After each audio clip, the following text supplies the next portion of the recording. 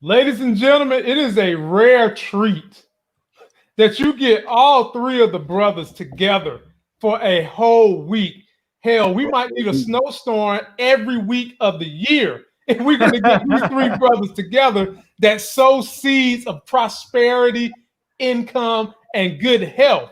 It's your boys, the Life Game Avengers of Current Culture. It's me. It's that living legend Larry, and it's that tough as nails T Streams. How you fellas doing? What's up, man? I'm doing good. How about everybody? Man, we're just trying to be like you when we grow up. I know, man. I know. He come up here trying to put me and Larry to shame. Got his Jermaine Dupri glasses going on. Got his got his Rockaware sweater going on and stuff. I don't know whether I should stay like this or get dressed for the club or what, Larry. What the hell are we doing? I know, man. He came through flossing on us. Well, yeah, man. You know, it's Christmas time, man. It's always we was out trying to do a little last minute gift shopping and stuff. So I really just walked in, not even 15 minutes ago. Oh, really? Well, man, we appreciate you coming through, breaking bread with the brothers on the holidays. We appreciate that, man. The fans do too. And so, we'll get on into it. Fellas, I've got a lot of stories for y'all today. I got a lot. I've got new pictures from Coming to America 2. I've got actual footage of where Courtney Kemp and 50 Cent got their source material for Power Book 2. We actually had here in North Carolina, the fraternities at Duke, UNC, and UNC Asheville got busted running a drug scheme using the damn app. Using the app. Can't make this stuff up. We've also got somebody is getting ready to play Jim Brown, the legendary running back, the legendary civil rights icon. And I want to know if you guys like who the pick is. And then first and foremost, before we get into any of this good stuff, I've got to talk about what happened in the stock market today. So y'all know today, and let me bring it up on the screen, Tesla got the opportunity to be included into the S&P 500. Whoa. All right. Elon Musk is now, and it ain't even close, fellas, he is the second richest man in the world because Tesla went through a stock split and they came back and the stock ended today at 677. And look at what it done to my portfolio. All because Tesla went up so much today. When I showed you this portfolio Wednesday, it was 188,000. 2 days later, we at 194. And it's actually going to have its first day into the S&P, fellas, Monday. So having said that, Larry, I give it to you first. My brother, is there any way they're going to let this stock go even higher? Oh, it's going to go higher. Yeah, absolutely. These streams, you agree it's going to go higher? Yeah. Damn. Yeah, I don't think Tesla's probably going to level out until it gets about 720, something like that. I think it's going to go right to about 800. It very well could. I mean, they have some products that really aren't getting a whole lot of attention that I think could be game changers for a lot of people. And one of them is that Starlink internet service that's delivering really high-speed internet to rural areas in places that before had no internet access available at all.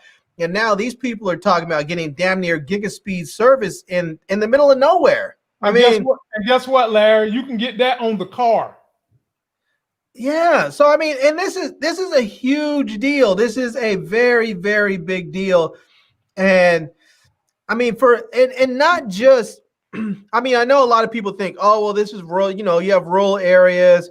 There's not a whole lot of people in the rural areas. There is a lot of people in rural areas when you start talking about nationwide, but forget about the nation. It's a satellite. So you're talking about globally. Worldwide. If you start talking about all the people that are in places in Africa, in the outback in Australia, places all across Asia and the Middle East, places where they don't actually have the infrastructure to have high-speed internet, and now all you need is basically just a satellite, one of those little receivers, a little satellite router, basically to pick up the signal.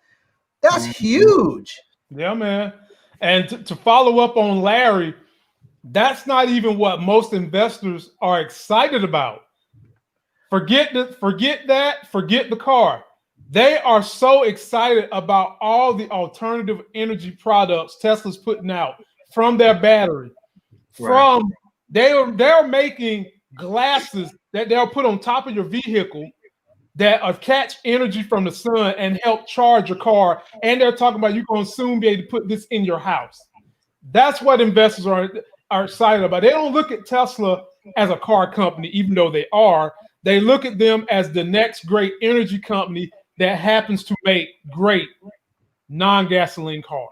So, ladies and gentlemen, I'm telling you right now, if you've got a couple of dollars and you want to make an investment, Tesla is definitely a long-term play.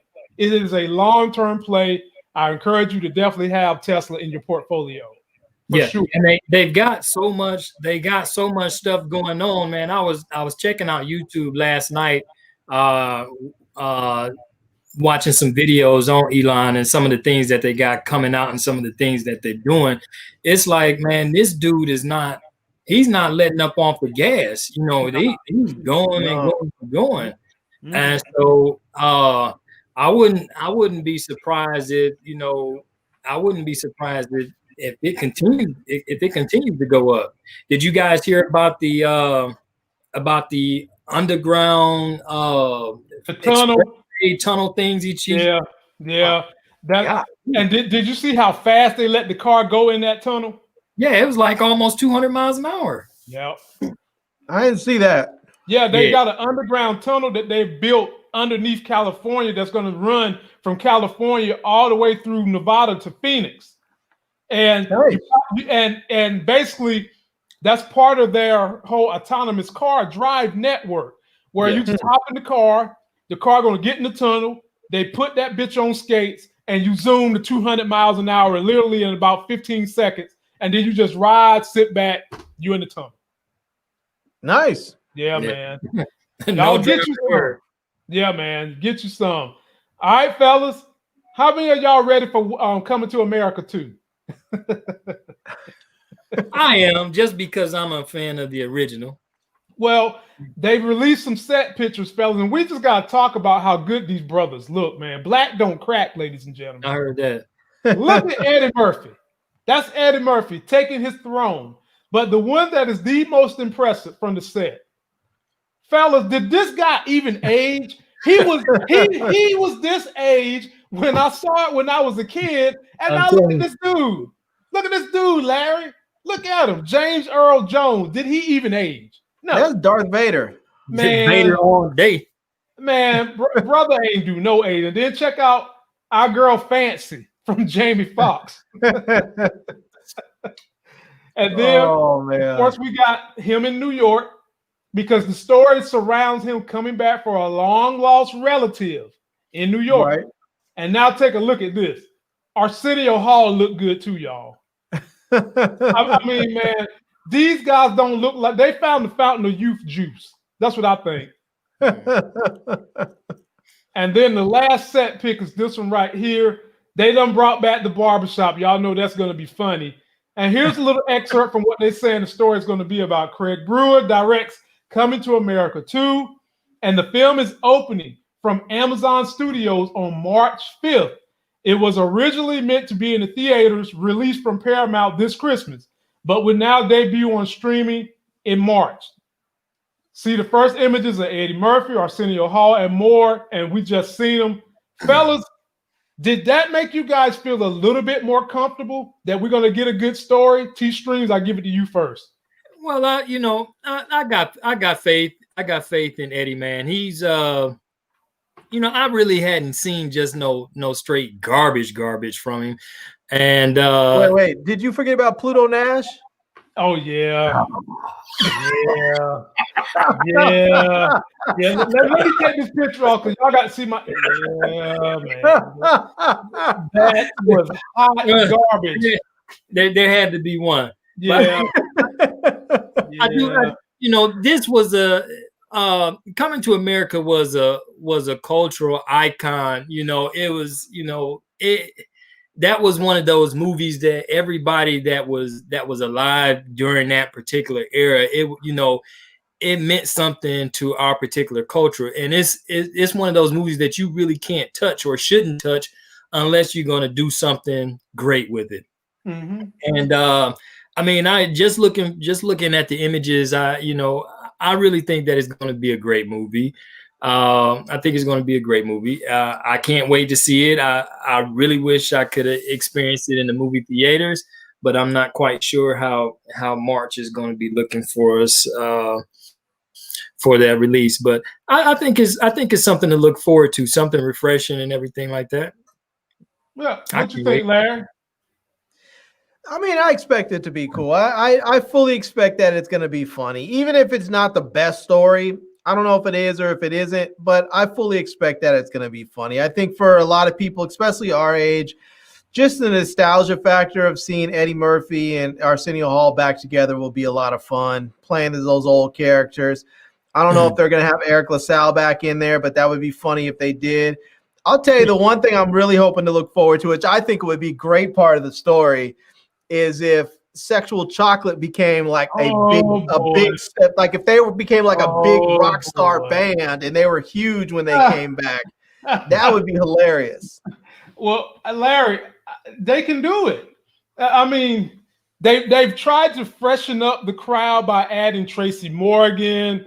What's that big chick from Ghostbusters that was on Saturday Night Live? I can't think of her name. The comedian. Leslie, her. Leslie, some or the other. They've got Wesley Snipes is back in this joint. They didn't get Eric LaSalle. I don't think he wanted to come back with a Jerry curl. But I mean, we wouldn't have killed if he came back with that damn Soul Glow. Come on back. That would have been hilarious, man. I wish he would have been back.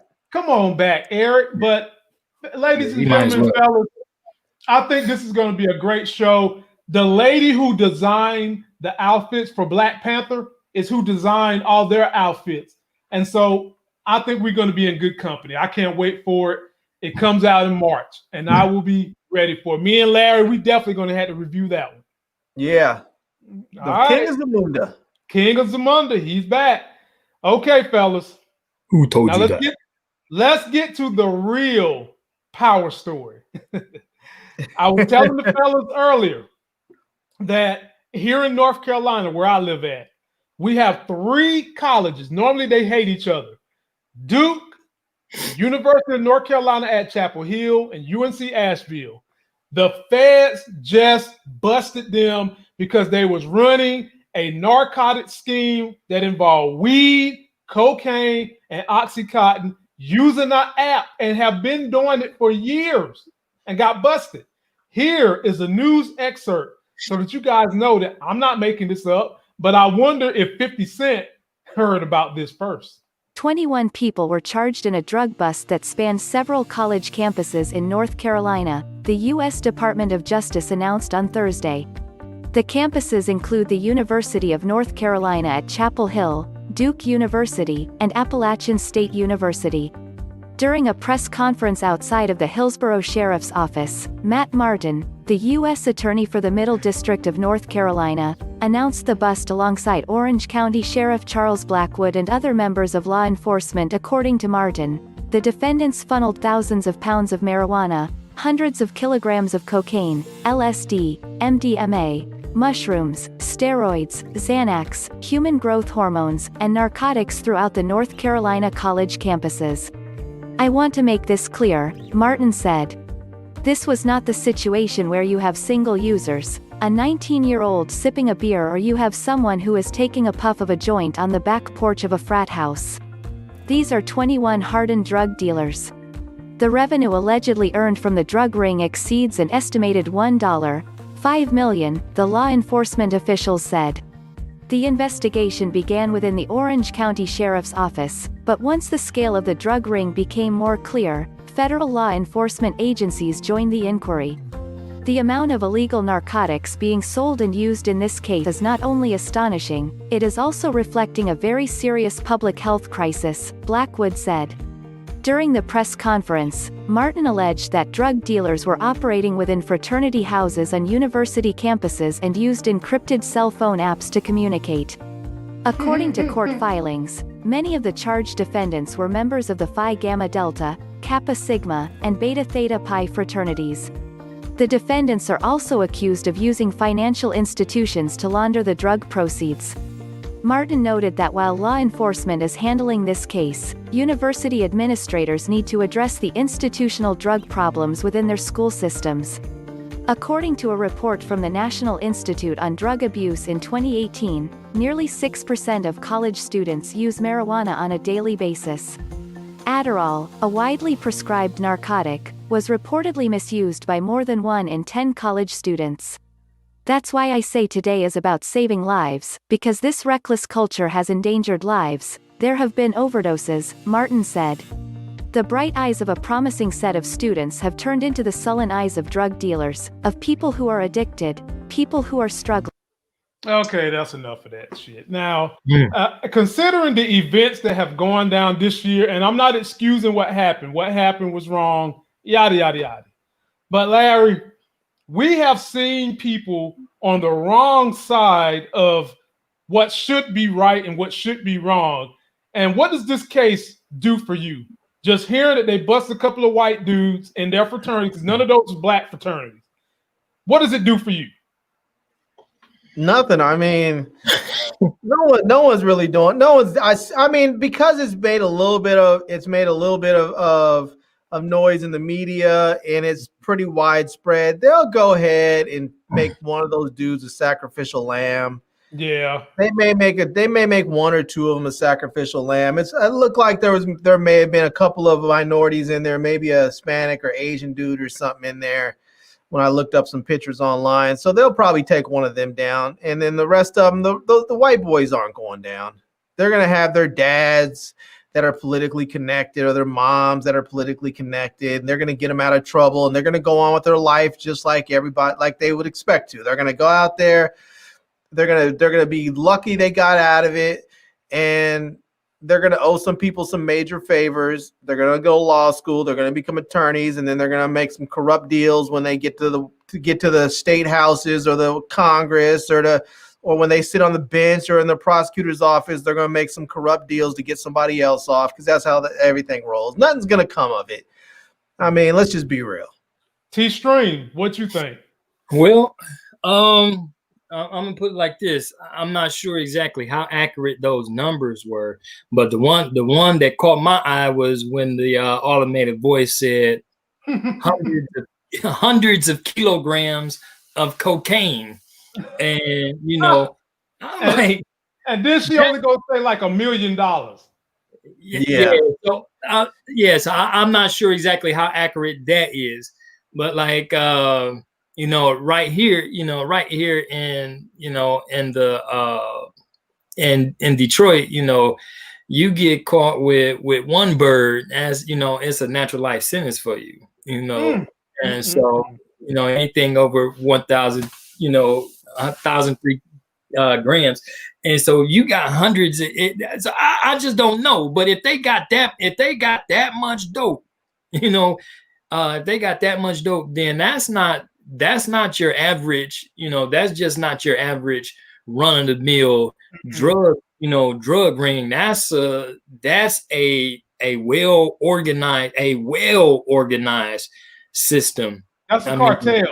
That's on a whole different level. Can you think of T-Streams? Me and you know the streets.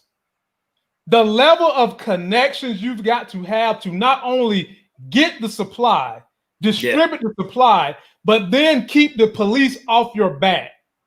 There was some people in these local communities that was turned to doing that stuff. Police, maybe some local mayors, maybe some counseling folks. Some people was turned in this whole ring.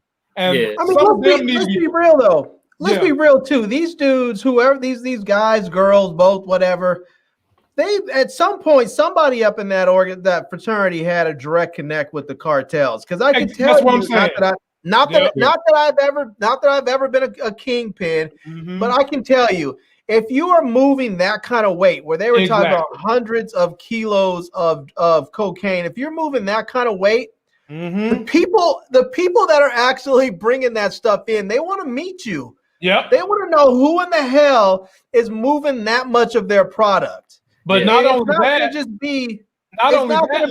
I'm picking it up from the local guy at the the local drug dealer in the big city down the road, down the freeway from our university. Nah.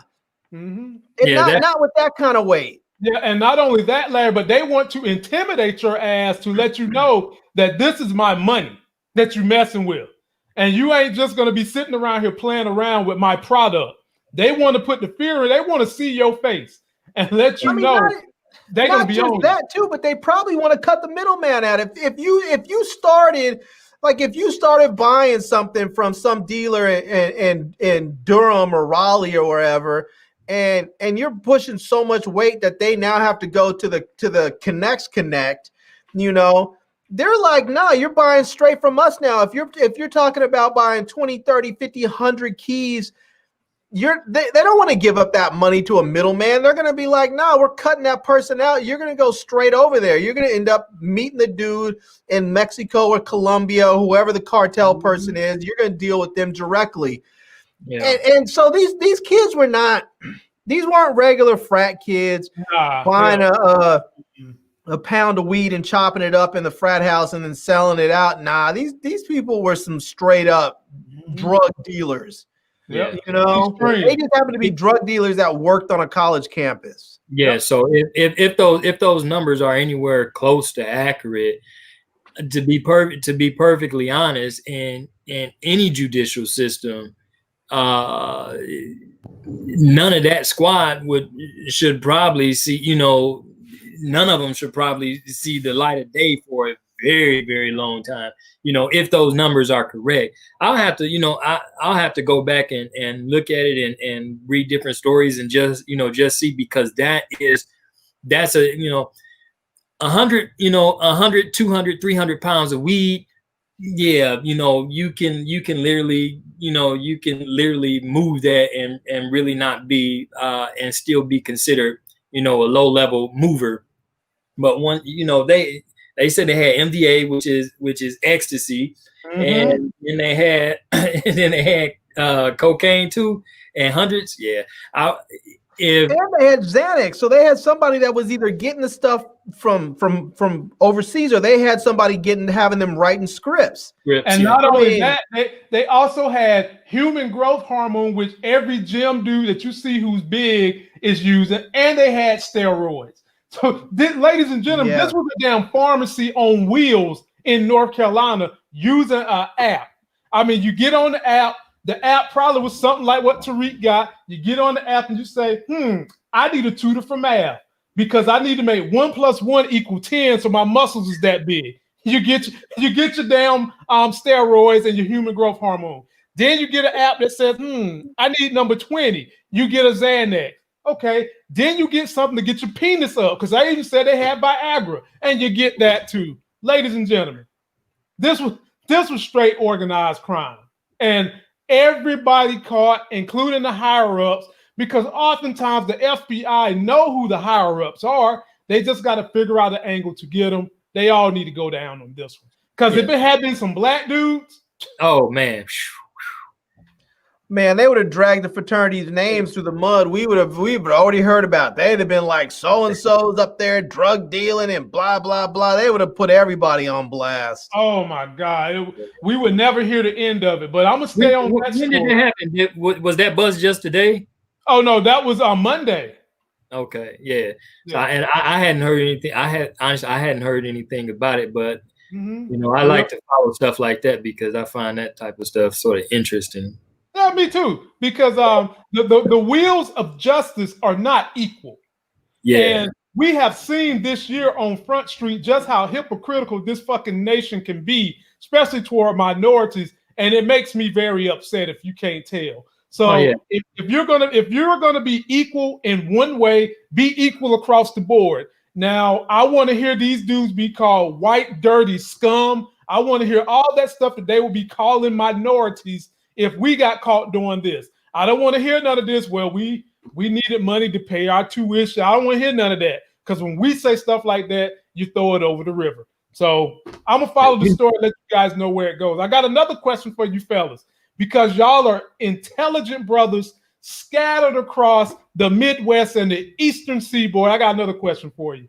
Y'all know who this brother is right here, don't you? Civil rights activist, done a lot for football, one of the greatest running backs ever. Y'all know who this brother is, correct? Jim Brown. How do y'all feel about this brother playing the young Jim Brown? Yeah, I can see that. T-Streams, how you feel?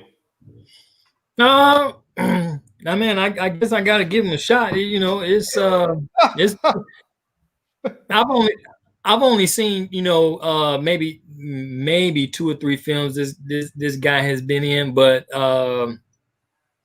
hey, you gotta give him a shot. If he playing a young Jim Brown, I don't see why he can't handle it. Me neither. They're in development of a Jim Brown movie right now, young Jim Brown. Aldis Hodge is going to star as young Jim Brown, and they plan on basing the story a whole lot on Jim Brown during his civil rights era, where he in essence stepped away from football early to do civil rights and to get into Hollywood to have a voice for civil rights. And they're going to chronicle him during that era. I think Aldis Hodge is an outstanding pick. He has the build for what a running back would be during that era. Yeah. He has a great stage command. He was an athlete. And he has deep ties to the Black movement. I think he's going to do well. Larry, speak to his acting acumen, because I don't see nothing wrong with this brother playing Jim Brown. Nah. I mean, we know he can act. We've seen him on, both of us like that show, City on the Hill. City on the Hill. He was in Underground. He was in that movie, The Invisible Man. He was in that. Right. He's been this could be a good breakout role for him, because he's done a lot of really good stuff, but I feel like some of the stuff that he's done, he's made some really good TV shows and such, but they were never like the critics seem to really like the shows, but the shows never took off with the audiences for whatever reason. Like the Underground was a fantastic show. It was really good. It just didn't do much. And the new City on the Hill, that's another show that was fantastic. It was a really great show, but I'm not sure the audiences are there for it. But he's been fantastic. He's done really well in those roles. And so I think that if he gets his big breakout role, I think he could be the next big deal in Hollywood if he can get that role. And I think it's just a matter of time before it happens for him. And this could be it. This could be, or this could be his catapult to getting that winning role. Because think about, I hate to bring up my boy, rest his soul, Chadwick Boseman. Chadwick Boseman played three iconic African Americans before he landed his role as Black Panther, and that was his defining role. But before that, he played Thurgood Marshall. He played Jackie Robinson. He was even in Detroit, the movie. I mean, the brother done great work. And played James Brown. James Brown. Yeah, he played James Brown. Aldis Hodge not only is going to get this role, but you guys remember we reported earlier this year, he's also joining the DC universe and is going to be in Shazam Black Adam opposite of The Rock, being Hawkman. And a lot of white dudes was mad about that. And I was telling them he's the perfect casting for that.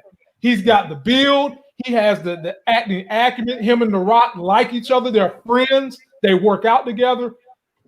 He could define himself with this role coming up and then catapult into doing major roles by himself. Yeah. Right. So I can see that. Yep. So we'll move on to that. So now I got another story. 50 Cent trying to take over TV, fellas. Y'all know he's got all his power shows. Y'all know he's got ABC for Life. We also reported that he is going to be doing some kind of a family funny musical with Mary J. Blige on ABC. Well, he's got another show he's adding to Stars, and it is called The Black Mafia Family, and it's going to star these three right here. You got your boy from God, I can't think of what that show he was in. Lincoln Heights. I loved him in Lincoln Heights, and I think I want to say wasn't he in The Wire too, Larry? I don't remember him in The Wire, but I definitely remember him in Lincoln Heights. He was in, which was a good show, ladies and gentlemen. And so here's what they say about the Black Mafia Family. The first non-power series produced by Curtis 50 Cent and his G Unit television series on Stars has announced its first cast members. For all my Detroit people, the Detroit set series from Jackson and Writers and executive producer Randy Huggins has cast Russell Hornsby, Steve Harris in a series regular role, and Detroit rapper Arkesha Cash Dog Knight will be recurring. The description of Black Mafia Family is inspired by the true story of two brothers who rose from the decaying streets of Southwest Detroit in the late 1980s and gave birth to one of the most influential crime families in the country. Fellas, it sounds like it's going to be good. I like the cast. I like the direction they're going. We talked about this just Wednesday. We talked about how T-Stream said it. Detroit has a huge culture of individuals that have been in the crime family. Chicago does too. So T-Streams, considering we got a lot of Detroiters watching the stream, I give it to you. How do you feel about him bringing this story to life on Stars? You know, it was just, honestly, man, it was really just a matter of time that the Big Meat story actually came out. You know, I think at this particular moment is a prime opportunity for it. You know, for those that have actually read some of the documentaries or saw some of them, you know, this stuff was like, you know, this organization was like really, you know, it was really big, you know, and it from Detroit all the way down south, it was like a huge movement. And I trust 50 to do the Big Meat story some justice. You know, I would really like to see it. I didn't know that they was going to be, you know, doing any casting and stuff here in the city. That'd be nice.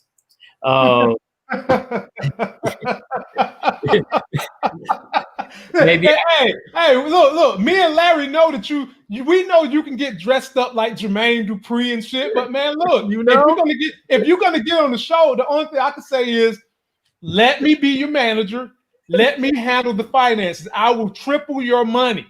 So if they come and find T-Streams and they start giving you the big checks, I will help you triple your income. Knowing my luck, I'd probably be lucky to be a extra. My role would be like this. So my brother Larry, the living legend, how do you feel about another Star show, Black Mafia Family, based on a true story? You know, here's the thing. I'm not so much thinking about the show. I'm sure it's going to be good.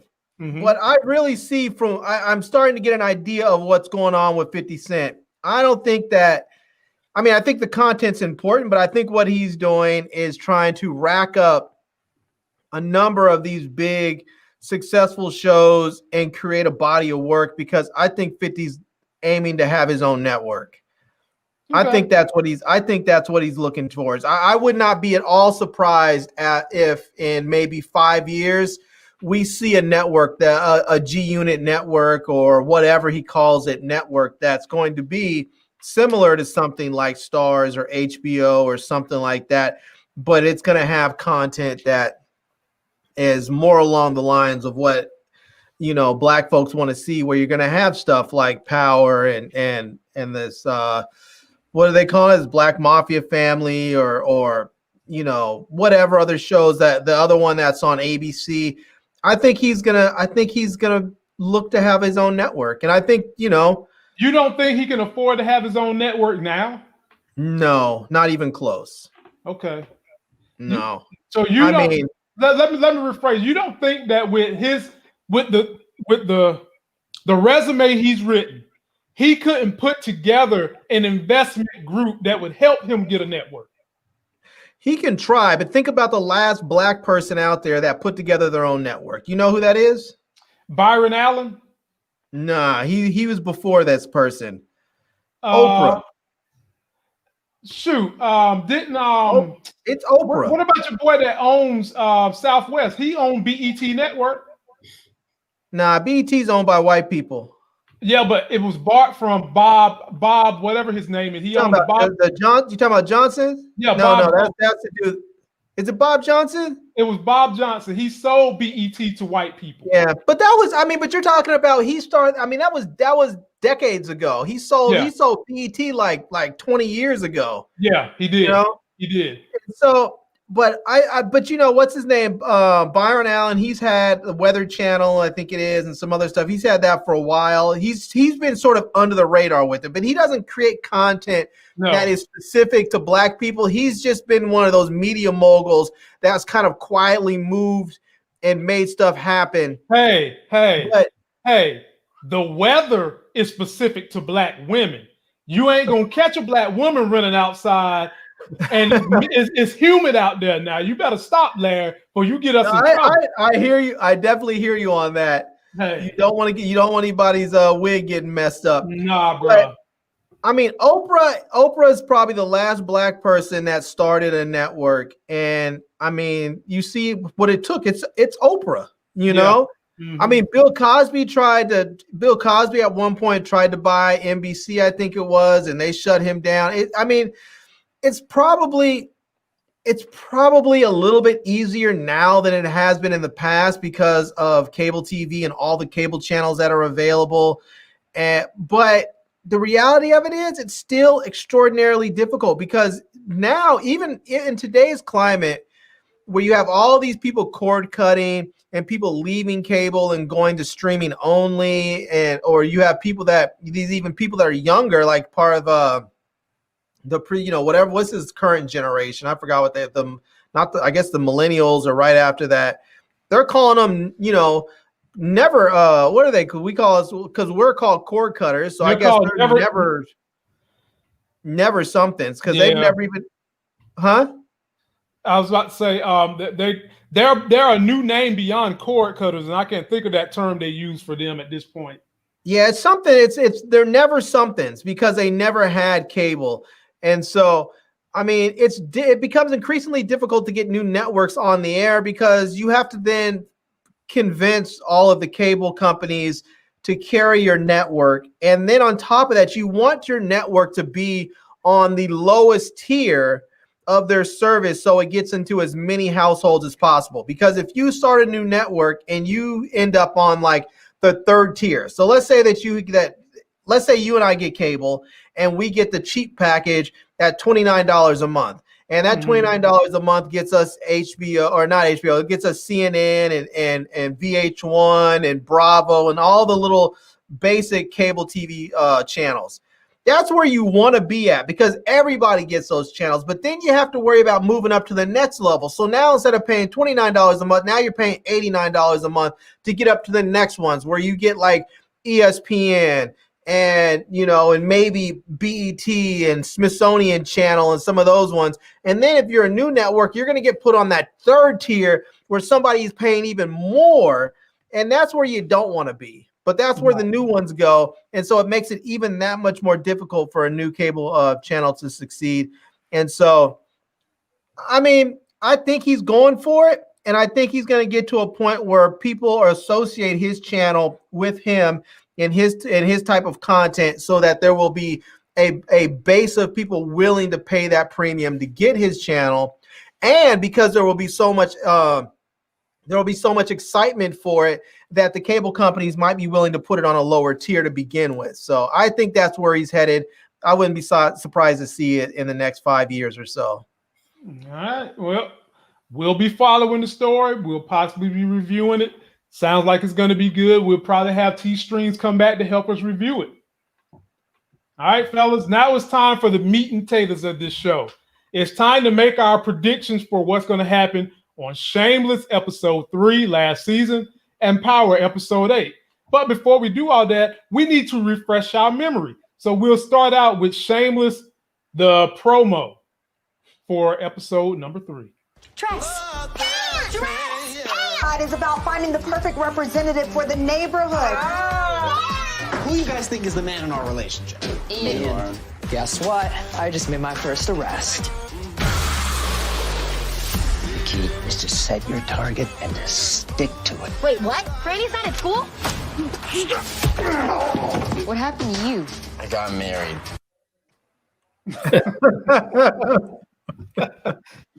Oh, man. A lot happened in that trailer, but I think the sticking point is going to be, it looks like it's about to be a rift between Frank and his daughter, because he got his granddaughter out there selling drugs in the park that's taped off, and you're not supposed to be there because of Corona. T-Streams, what do you expect? What else you think is going to happen in Shameless episode 3 of the last season? You know what, man? I'm still catching up. I got a chance to watch 2 older episodes. And so I don't know what direction this thing right here is going on. I do hate that it's that I caught the ass end of the show, because by the time I actually catch all the way up and see what has happened and what made each individual character who they are, is going to be over with. But I'm really not sure. I thought what I just saw though was quite funny and quite interesting. But I'm really, man, I have no idea. I'm just watching right now, just still trying to get a feel for it. Larry, what did you make out of all that chaos in a 24-second trailer? Man, that whole show is chaos, man. It is pure. That it is. It is pure. That whole show is chaos. But I love Debs, man. I've loved Debs from the beginning. Her character is fantastic, man. Yeah, man. I can't get enough of her. The only thing about it is they keep showing her getting sexier and sexier, and it's making me feel uncomfortable. You know, and you know, I hate that too. When you see a character that starts out like a 10-year-old, an 8-year-old, and the show lasts so long that you see them grow into being a 21-year-old adult or something. Yeah. Are you happy with the direction they went with Debs becoming a lesbian, and not only a lesbian, but she's like with a redneck trailer park lesbian? Are you happy that they took her character that way? I mean, it doesn't bother me. Because she's been with men, she's been with women. She kind of goes back and forth. I'm not convinced that her character is a lesbian. I think she's I think she's fluid. Well, let me rephrase that. It doesn't matter to me that she's lesbian. What matters to me is the person she picked to be her girlfriend. That doesn't seem to. It's not. That doesn't seem to bother me at all, because it seems like that's sort of along the lines of who she is, and I kind of was hoping more for Debbie, but exactly. That's what I'm saying. I was hoping more for her, but I love her character, man. I loved her big sister, and then I loved her next, and I love Liam. Those are my people. So, what do you think is going to happen now that Veronica and Kevin, they're split from Frank? Frank is doing his own thing. Do you see a shattering between the relationship between Frank and Debs because of what he's doing with his granddaughter? I mean, Deb's gonna obviously get upset with them, but I don't see how there's gonna be a split any more than what has ever been. I mean, he always does shady stuff. There's nothing. I don't think there's anything he can do that would surprise them. Right. Right. So. And as far as with Frank and Veronica and what's his name? Kevin. I mean, they knew good and well when they were dealing with Frank that he's shady. There was nothing good that was coming of that. They, they may get back in business together, but ultimately they own a bar and he's an alcoholic and that's his favorite place to be.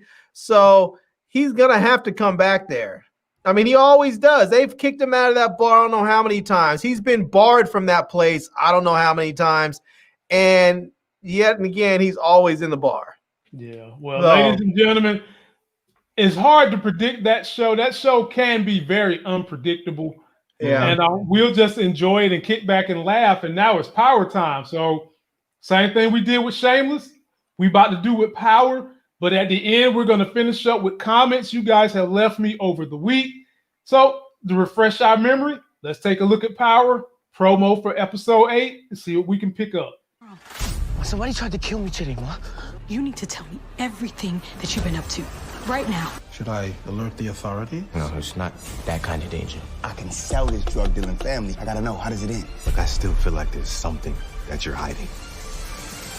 You can't trust anybody, not with the truth. I'm seeing this whole thing wrong. When I find you, you're dead. So a lot of people are trying to figure out who the hell is Kane talking about when he says, when I find you, you're dead. Larry, answer that question and predict what you think is going to happen. And there are some rules to this, Larry. I got rules, okay? I don't want to hear nothing about doorknobs. I don't want to hear nothing about locks and keys. There you go. Here we go with this shit, man. I'm just saying. You know what? That's what's wrong with this country, Larry. We tell you to wear a mask, and you be like, nope, I'm not going to let you trample on my rights. I'm going to not wear a mask out in public. I don't give a damn what you say. I tell you not to put up a lock. You put up a lock like that's a constitutional right. See, that's why we can't get nowhere, because people don't know how to act. But go ahead. They should make a new brand. They should call one of these the carry lock.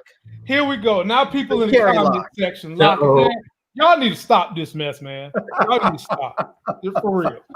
For real. This is embarrassing. Moochie, where are you? Can we get a lock and key, Moochie? You know? Nope, Moochie. Nope, Moochie. Go ahead, Larry. Who you think Kane talking to? I think Kane is probably talking to Tariq. I think he's got some beef with him. He's either talking to Tariq or he might be talking to one of the GTG dudes. Yep. Maybe the cops picked up one of the GTG dudes and was diming him out, so maybe he's after him now. But I think what's going to happen is that I think that damn, they're going hard on the locks and keys, boy.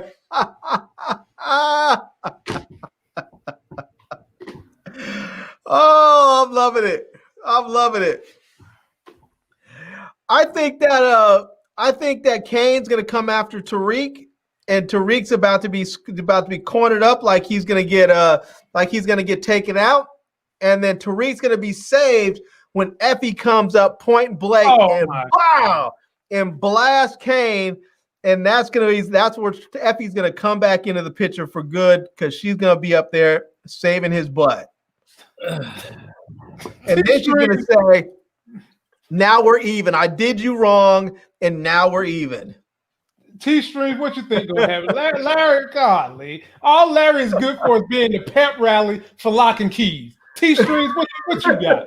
We even got B. Avery in there talking about locks and keys. Oh my God, not B. Avery. No, man, no, just no. So, look here. Is it possible that Kane could possibly be talking to the cop? Could be. It could be, yeah. Could be. That's hard, though. I don't think he's going to kill a cop. Why not? Why not? Yeah, he already that's a lot of heat coming down on him. He already talked funky to him. But Larry, you got to think. He already just done something stupid by trying to go rob a church. Yeah. And so, I'm sitting here, I know I said, brace a couple of times, but I was sitting here thinking, I was like, who could he? I don't think that is actually Tariq. Me neither. Because I think it's too soon to have them on that type of beef level, because you can't end it in 1 or 2 episodes. Something like that would have to stretch out through the remainder of the series. Mm-hmm. So I say, maybe it's not Tariq. Who else could possibly be in the way? Now, see. Oh my God! This I'm not referring. I am not going to look at this. If I could send a super chat back, I would. As a matter of fact, the next time he go live, I'm giving him that $2 back. Keep on going, brother teacher. We don't even acknowledge super chats that say lock and keys. We don't even acknowledge it. We don't acknowledge it. Damn it. Keep on going, teacher. This guy, man. God, and so, I was like, who could he possibly be talking to that, and I said, well, if it's the cop, the cop, he, his loyalty is to Kane's dad, though he do like Kane's mom. Yeah. And I said, well, they've already had some issue, and he sort of talked bad to him anyway. And I think he's just holding, he just sort of hold him at bay. And at the same time, I remember him telling Monet, hey, if you just let your chains off me, I can keep him in order. And she's like, no, you ain't his daddy. Man, that's that was some harsh words right there, especially for all my stepdads out there. If the mama say, hey, you ain't his daddy, you might just have to tuck your tail and but man, got to be more careful. Got to be.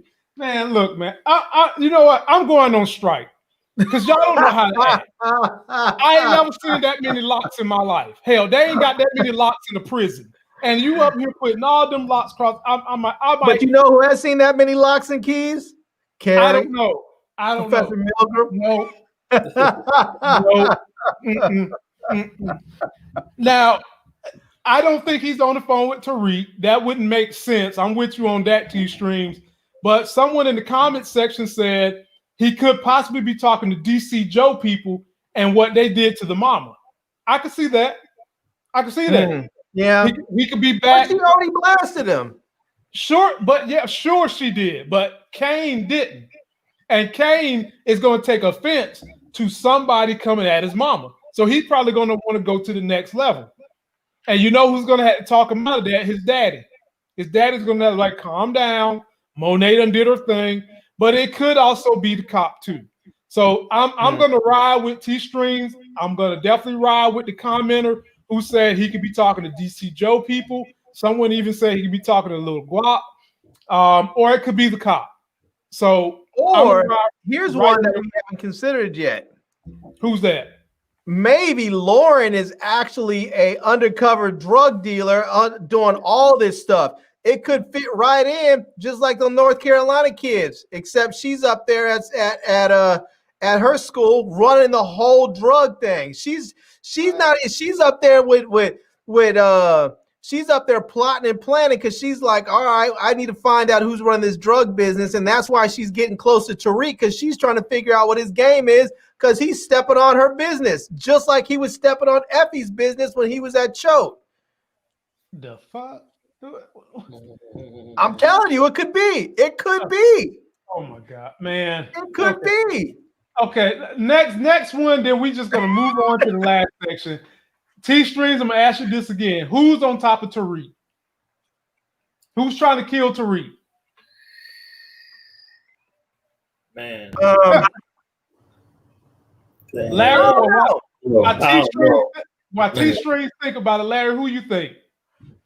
He might think someone's trying to kill him, and it may not be anybody's trying to kill him. What he might be is seeing is Jabari following him, trying to get his story. He might think someone's trying to kill him, and it's just Professor Jabari following him around town. You know? Professor Plagiarism. But in the trailer, someone was on top of Tariq with white. I don't know if they had their face covered up or what, but somebody was physically on top of Tariq. And Tariq had this shook look on his face. I think that was probably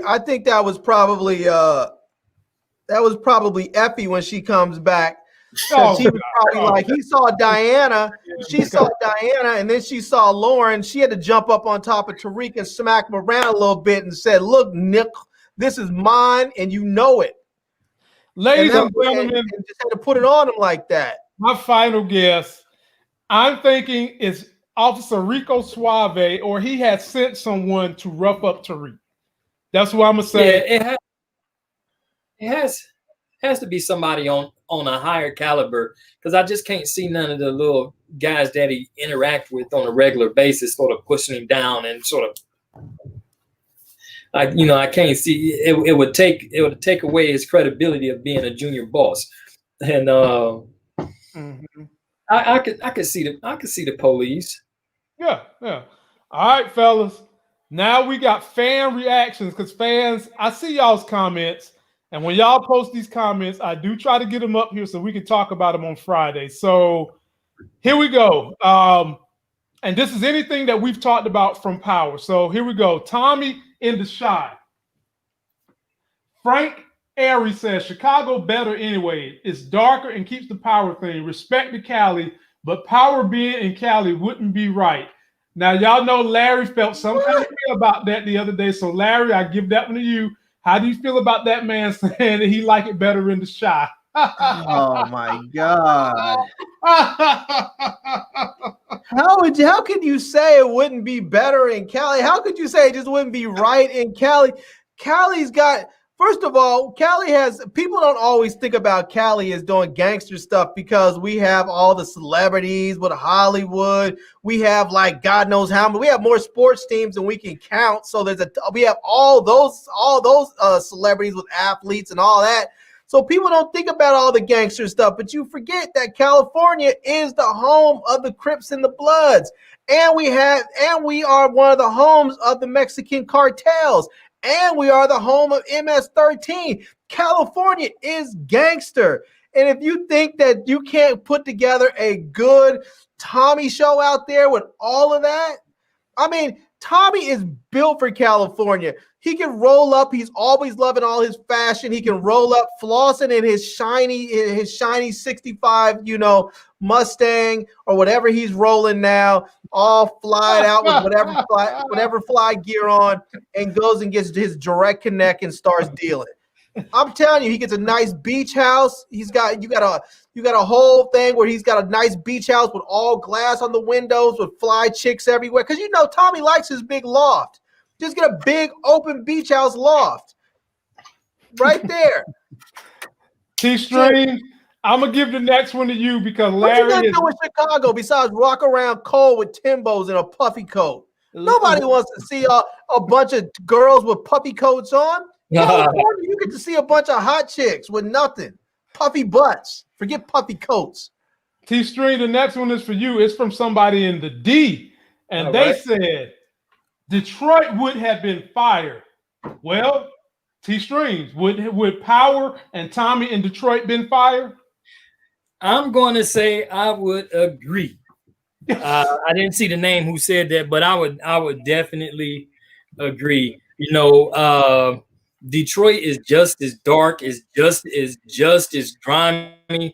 We just not, the city of Motown. It's some real live stuff jumping off every day here, and I could actually see the realism of of a power theory or a power story being played out right here in the city easily, very easily. Okay. And I don't know. I'll be honest with you, man. I really want to see. I want to see the Tommy joint down south. I feel like we get enough of the whole gangster thing with East Coast cities. We get them in New Jersey. We get them in Philly. We get them in New York. Somewhat Detroit. I know it's heading towards the Midwest, but I feel like Detroit still has more of an East Coast kind of vibe to it. The city. I would really Chicago in the same way. It's Midwest, but it still has that sort of cold East Coast vibe to it. I would have really liked to see them have gone down south, somewhere down in New Orleans, maybe somewhere in Mississippi, some real country folk down there, maybe even go down to Atlanta, something. Okay. Well, speaking of Atlanta, we got Sharonda from Para Wait. She's in the building. And did y'all see her review for Wonder Woman? Because she is that special Negro. She has seen it. And must I say, her thumbnail was fly as hell. She had the Wonder Woman band on her head. She had the hair off. I was like, look at this. The only thing she was missing was the wrist wraps. That's all she was missing. But she was up there looking like Nubia. Yeah, man, that thing was fly as hell. Good one. Shout out to Para Wait. Next one is for you, Larry. Here we go. Power. This one is from Helen Hines. I think Drew going to start being the muscle. Kind of see a little rough guy in him. I think he's going to handle his business when it comes down to his mama. He's going to protect his mom. Okay? Larry, is Drew going to step up and become corporate muscle? No. I think we might see Diana as a shooter before we see Drew. Drew's a lover, man. He's too emotional. He's too I don't want to call him soft or weak. I just think he's not built for that life. Well, he's built for something else. Didn't you see him shoot a dead body and hide the dead body in the truck this last episode? That's not him. I mean, it's different if you're doing cleanup work. He's not about that life, man. I think Diana's more about that life than he is, and she might be the one that becomes a shooter.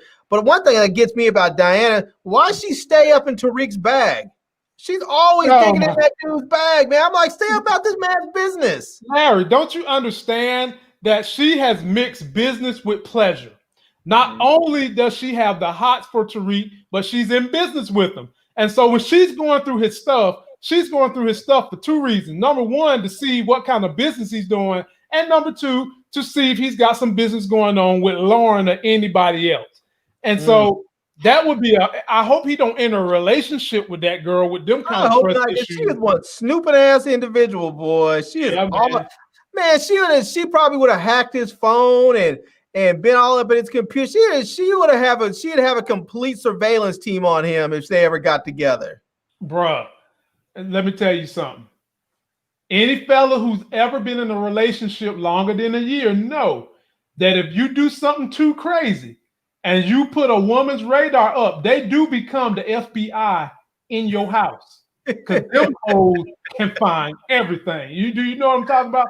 They become you think the FBI for the government can find something. If they would hire these upset women to be spies, we would know every secret on the planet from every country, because boy, they can snoop. The next one is for you, T-Streams. Next one is for you.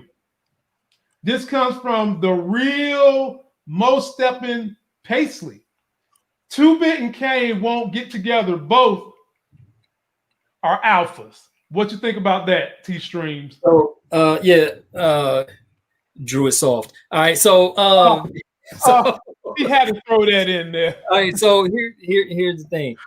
So you do have two alphas, but you also have two entirely different personalities. So both of them put that work in. I think 2-Bit is more of he's a lot more cerebral than Kane is. All right. And so as far as that respect goes, I think that I would probably ride more so on the hands of ride with 2-Bit than I would Kane. Kane, he's too much of a loose cannon. Would these guys ever cross paths? I'm assuming that at some juncture is going to happen. I mean, they let my man out of jail, and what in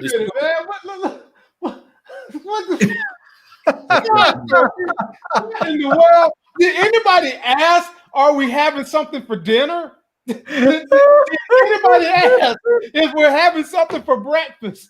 What the hell? God, Toby. T-String, go ahead and finish, my brother. I just had to throw that in there, man. My Lord. I'm like, I guess that's how he get. I guess that's how he getting out of trouble. There you go. I guess when the FBI investigation start, ladies and gentlemen, Paul Gaming is say you need to make somebody feel like they hungry and you need to eat them. Man, I'll say this: I don't think 2-Bit and I don't think 2-Bit and Kane are getting together not because they're both alphas. I think they're not getting together because they're both a bunch of betas. Both of them are betas. Both of them are you know, they both work under other people. They're comfortable in that position. They think they might want to be leaders, but they're not really leaders because they're both betas. They're betas with guns. That's what it is. They're just betas with guns. Do you think Tommy's a beta with a gun? No, Tommy's got that alpha thing going on. You know, that's why he was always having his power struggles with Ghost, because they were, you know, there may have been a time when he was Ghost's beta, but he definitely was out on his own. No. What? This support gaming need to start a YouTube channel, man. This dude be in there bugging.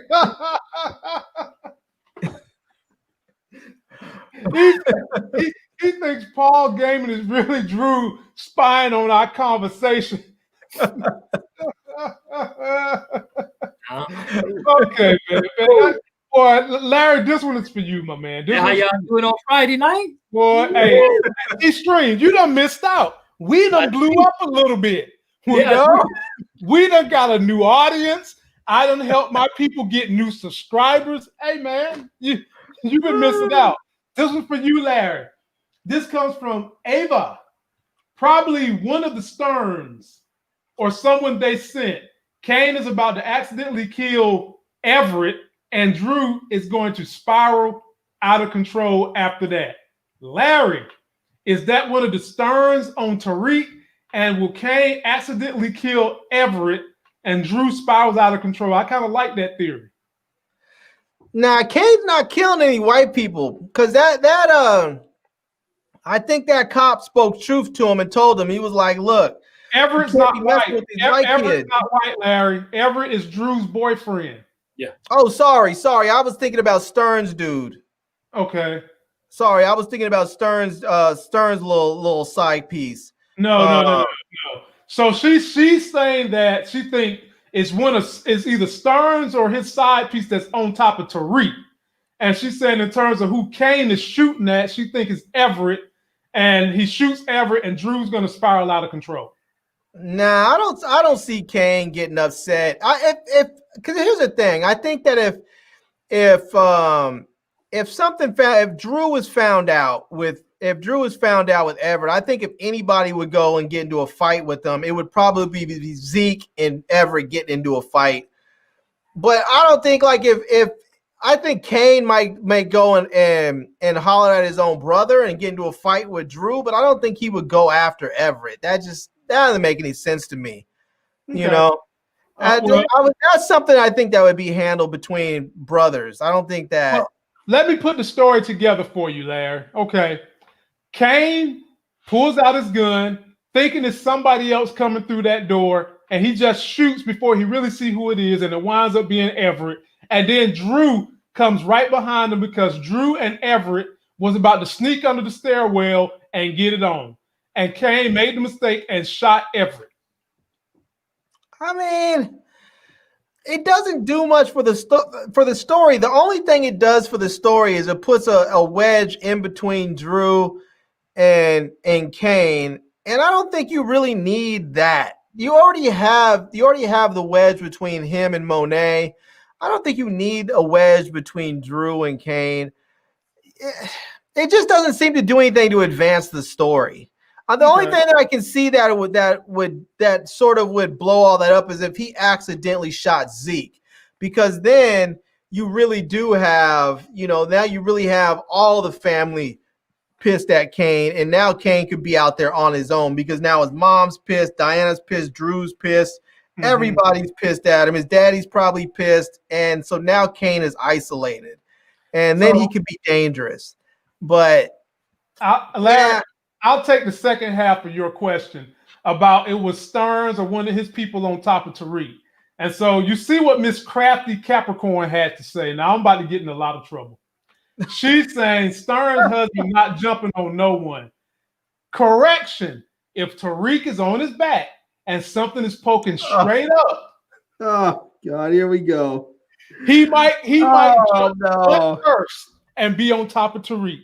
No. Last one. Watch Power again. Last one goes to T-Streams. And then I sent Tariq down that way. Last one go to T-Stream. This is from Siobhan. It's 2 white boys whose family owns the college that we need to watch. And someone from Tasha past is going to come back in a big way. So, T-Streams. Who in the world in Tasha's past would come back? Because Tasha ain't got a lot of people in her past left.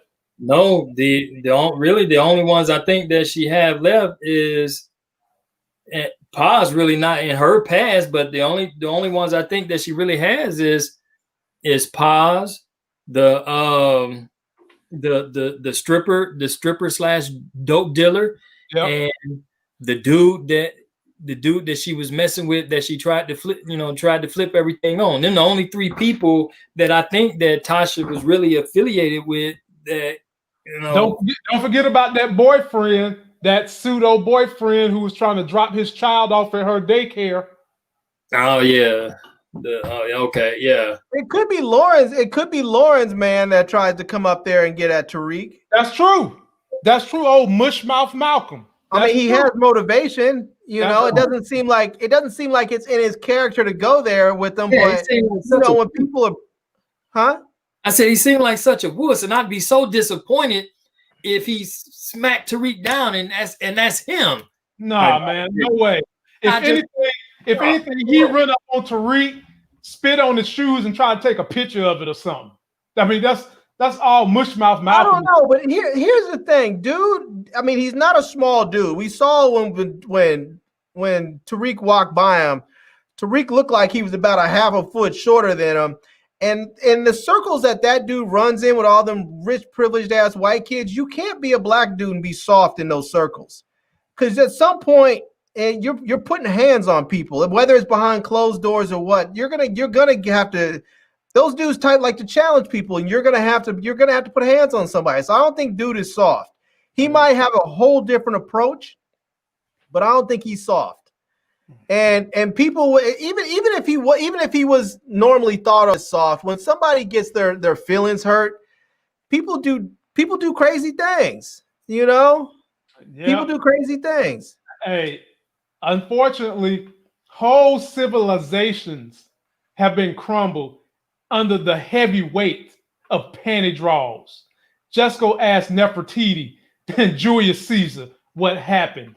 Whole societies will crumble.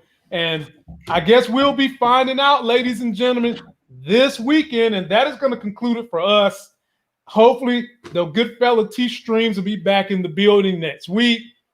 So next week, we've got Sharada coming through on Monday. Look at this dude, man. I want to make me and Larry look bad. At the very end, trying to get a modeling gig on my show. Anything that y'all get from my show, I get some of the cut. I get proceeds. So that's my rate. Somebody come and sign you. I need a cut. God almighty. Ladies and gentlemen, mask up. And until the next Sexy as Hell video that we're going to do on Monday with Sharonda Pearway, Jay Moore, and also the living legend Larry, we'll see you guys on Monday. Peace.